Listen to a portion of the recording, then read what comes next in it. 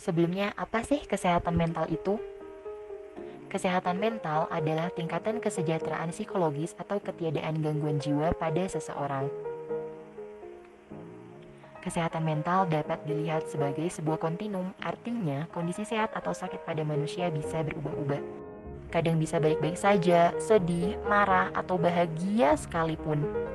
Menurut WHO, kesehatan mental adalah kondisi di mana seseorang bisa menghadapi daily stress mereka, menyadari potensi diri mereka, bekerja secara produktif, dan berkontribusi baik kepada masyarakat. Lalu, apa aja sih hal yang dapat mengganggu kesehatan mental? Yang pertama, ketika ada hal yang mengganggu kesehatan mental kita, itu dapat menjadikan posisi kesehatan mental kita berada di kontinum kiri. Ada dua hal yang dapat mengganggu kesehatan mental kita. Yang pertama adalah bencana atau masalah yang membuat kita merasa sedih dan lebih sensitif. Yang kedua, ada gangguan kesehatan mental seperti depresi, anxiety disorder, atau bipolar. Lalu, faktor apa aja sih yang dapat mempengaruhi kesehatan mental? Yang pertama, ada faktor biologis, yaitu berhubungan dengan kondisi genetika seseorang. Yang kedua, ada faktor psikologis, yaitu tentang bagaimana perasaan serta emosi kita. Yang ketiga, ada faktor sosial, yaitu berhubungan dengan bagaimana interaksi kita dengan orang lain. Dan yang keempat, ada faktor gabungan seperti turunan dan lingkungan. Kemudian kita bahas yuk jenis-jenis gangguan mental. Yang pertama, ada anxiety disorder ditandai dengan perasaan cemas serta khawatir. Yang kedua, ada mood disorder. Yang ketiga, ada psychotic disorder. Yang keempat, ada anorexia nervosa. Yang kelima, ada impulse control and addiction disorder. Yang keenam, ada obsessive compulsive disorder. Yang ketujuh, ada post traumatic stress disorder. Dan yang terakhir, ada facetious disorder. Lalu bagaimana kalau kamu sudah terdiagnosa gangguan mental? Bagaimanakah cara mengatasinya?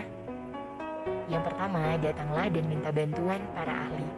Penanganan yang akan dilakukan adalah memberikan obat dan psikoterapi. Memberikan obat seperti obat antidepresan, di mana obat ini akan membantu mengangkat perasaan dengan mengatur kadar zat kimia di dalam otak. Kemudian ada psikoterapi. Yang pertama ada CBT yang akan membantu penderita melepaskan diri dari pikiran yang negatif. Yang kedua ada PST yang akan meningkatkan kemampuan penderitanya dalam menghadapi kejadian yang membuatnya tertekan. Kemudian ada terapi psikodinamik yang bertujuan untuk mendorong penderitanya menyelami emosi serta perasaan yang ada di dalam dirinya yang terkadang tidak disadarinya, agar pasien menyadari apa yang dirasakan dan bagaimana mereka bersikap. Cara yang bisa kita lakukan untuk dapat menjaga kesehatan mental, yang pertama adalah berdamai dengan diri sendiri. Kemudian yang kita bisa lakukan adalah belajar mengikhlaskan, mencoba lebih menerima sesuatu yang telah terjadi apapun hasilnya. Jika buruk dan tidak sesuai harapan, cobalah untuk menerimanya. Yang kedua, ada memaafkan diri sendiri.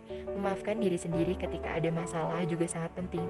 Jadikanlah kesalahan itu menjadi pelajaran untuk kehidupan selanjutnya. Don't be so hard to yourself. Yang ketiga, ada istirahat sejenak. Istirahat sangat diperlukan oleh tubuh untuk memulihkan pikiran yang sudah terlalu penuh menjadi lebih jernih dan lebih tenang. Selanjutnya ada menyortir overthinking. Hal ini dilakukan dengan tujuan untuk mengetahui apakah hal yang kita pikirkan secara berlebihan benar terjadi atau hanya asumsi belaka saja. Dan yang terakhir adalah enjoy the moment. Yang dimaksud dengan enjoy the moment ini adalah live in the present. Jangan hidup di masa lalu atau hidup di masa depan yang bahkan belum pernah terjadi. Jadi, kalau kamu merasa kurang sehat atau mengalami gejala gangguan kesehatan mental atau merasa masalah sudah mulai mengganggu kehidupan sehari-hari kamu, maka mintalah bantuan ke para ahli atau profesional kesehatan mental. Jangan pernah ragu dan jangan pernah takut untuk pergi ke profesional kesehatan mental. Jangan takut dengan adanya pandangan masyarakat yang masih tabu dengan kesehatan mental ini. Lakukanlah konsultasi agar kamu bisa mendapatkan diagnosa serta penanganan yang tepat untuk kondisi kamu. Selain ke para ahli, kamu juga bisa meminta teman, orang tua, orang terdekat, atau orang yang kamu percaya untuk mendengarkan cerita kamu. Stay sane dan jangan self-diagnosis ya. Because the first step to getting help is to say it out loud.